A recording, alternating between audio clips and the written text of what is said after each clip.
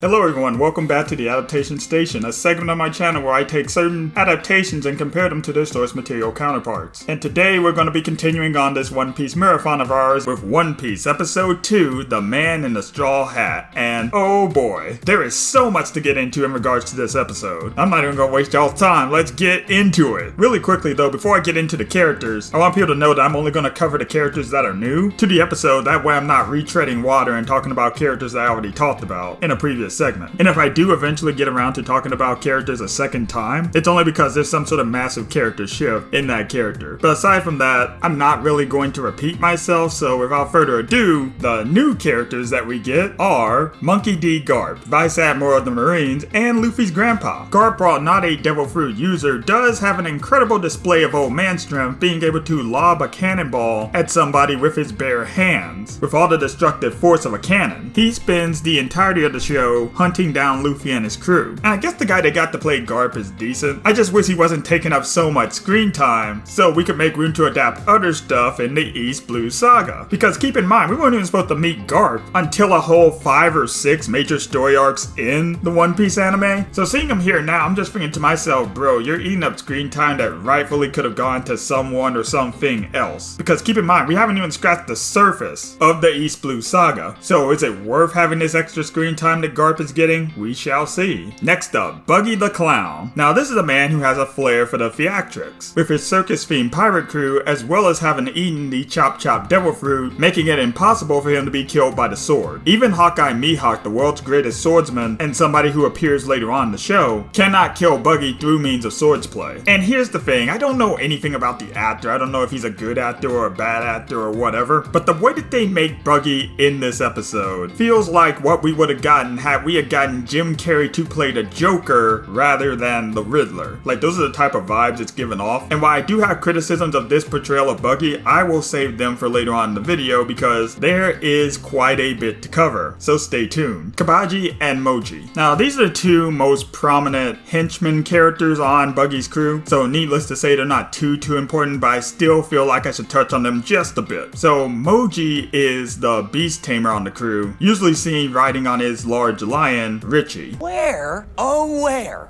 was the dancing lion? Though I can understand how something like that may not translate well to live action, so I don't really care that they shelved him in comparison to other characters that we'll get to later on as we go through the series. And Kabaji acts as the crew's acrobat, as well as swordsman, and while he and Zoro do fight in the anime, they don't have any beef in the anime. The whole plot line with Zoro killing Kabaji's brother was something that they added into the show for some reason. And okay, let's go into adaptation accuracy so I can tell you what they got right, that way when I tell you what they got wrong, you'll understand just a little bit better. So here we go. Young Luffy practicing his Gum Gum skills after recently eating the Gum Gum fruit. Higuma coming back to Makino's, still looking to get drunk and cause a scene. Luffy stepping up to the bandit and Higuma getting ready to do onto Luffy some grievous harm, only to be interrupted by Shanks and his crew. Higuma sailing away in a small rowboat with Luffy just for the purpose of killing him. I'm not gonna lie, that part never made much sense to me. I mean, you're gonna take this kid out to open waters just for the sake of killing him? Okay, I guess. But anyway, Higuma getting eaten up by a giant sea serpent. And the serpent would have devoured Luffy as well, but Shanks got to Luffy just in time at the cost of his left arm. Shanks finally getting ready to sail away and Luffy making a declaration that he will become king of the pirates. And Shanks in turn giving Luffy his straw hat, wishing him luck on his dream. Present day Luffy getting betrayed by Nami to Buggy the Clown. Buggy's sensitivity whenever somebody so much as alludes to his big round nose. Buggy revealing that him and Shanks were once a part of the same crew, revealing his incredible Chop Chop powers, and taking on Luffy in a fight. Luffy winning said fight by separating multiple pieces of Buggy's body, thus making him a minuscule version of himself so that Luffy can finish him off with his Gum Gum Bazooka. The townsfolk being grateful to Luffy and his friends for freeing them from Buggy's reign of terror. Kobe as well as Helmeppo officially enlisting in the Marines, and Garp leading a manhunt on the Straw Hat Pirates. And that'll about do it for the accuracy of this episode. So let's get into the criticism, shall we? So this is a stupid episode episode on all accounts. Like, even if I didn't know anything about the One Piece anime and this was my introduction to One Piece, with me watching the live action show, I would still be every bit as pissed at this episode as I am right now. So let's start off with the flashback scenes. Okay, the flashback scenes were doing fairly decently up until Higuma was getting ready to do some harm to Luffy and Shanks showed up. But from there, we get pants on head level stupid. Because one of Shanks' crewmates shoots one of Higuma's mates, and then Higuma tells the rest of his people kill them. And they all start charging Shanks' crew, and a fight ensues. Everyone on Shanks' crew has a gun, and all of the bandits only have swords. And yet they continue to go and charge them despite the fact that they have guns. I understand that their IQs might be very, very low, but I think even the youngest of us understand the fatalistic nature of a gun. Yes, similar things happen in the anime as well, but at least in the anime, the bandits had guns, so if it came down to it, they could at least try to fight fire with fire. Also, during the fight, the guy that's supposed to be Yasop takes the guy that's supposed to be Lucky Rue's gun away from him in order to block a sword strike with two guns. Okay, firstly, if you pay attention to how the sword strike is coming, the guy that's supposed to be Yasop could have easily just shot the dude, as opposed to trying to get fancy with it. Not only that, he takes his buddy's gun away from him and he was struggling with the gun. And what's stupid about that is the dude already had two guns. The fight is just horribly stupid, but the icing on this shit cake is when Shanks casually strolls along with his crew and has this line of dialogue right here. Where's Luffy?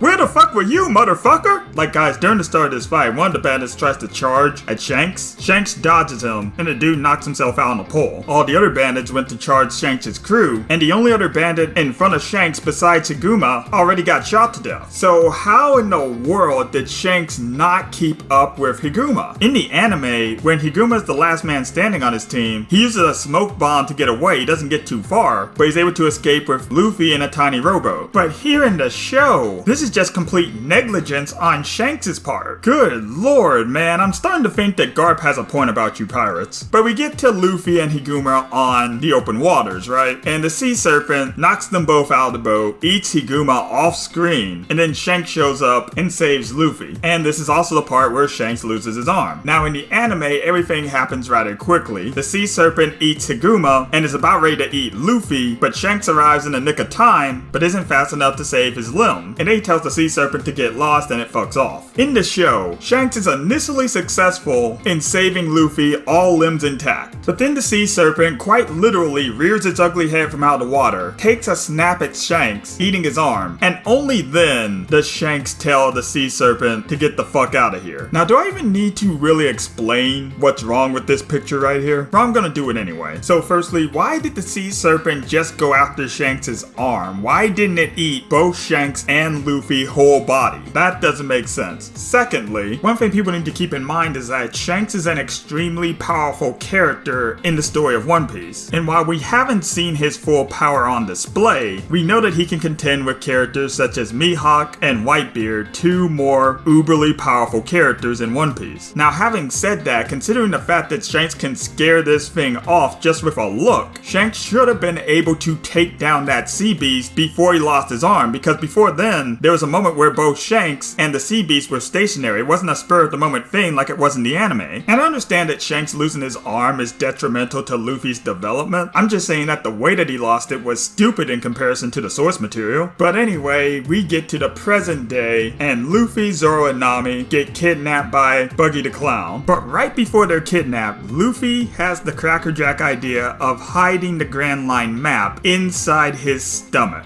And I'm just like, that's not how Luffy's powers work. Yes, he can eat a lot of food, and yes, he can digest a lot of water. But he can't just intake items and then regurgitate them later on. That's Wapple's thing, not Luffy's. But Buggy wants to know where the map to the Grand Line is, and Nami initially tries to betray Luffy to Buggy and runs away, only to see that Buggy and his pirates have decimated the town. And we never get clarification as to what exactly it is that Buggy did to the town. In the anime, Buggy destroyed destroyed the town with a buggy ball, a specialized cannonball of his own creation. Here in the show, they replaced the buggy ball with knockout gas. And don't tell me that they couldn't just get a buggy ball, put Buggy's little insignia on there, and call it a day. Okay, they shoot cannonballs in this show quite a few times, so it wouldn't be too hard to ask. But anyway, Nami gets recaptured and Zoro and Nami get taken to the back, and Buggy starts to quote-unquote torture Luffy for information. How does he torture Luffy, you might ask? Well, he starts to stretch out all of Luffy's limbs, and despite seeing that this isn't working, he continues to do it. That's stupid!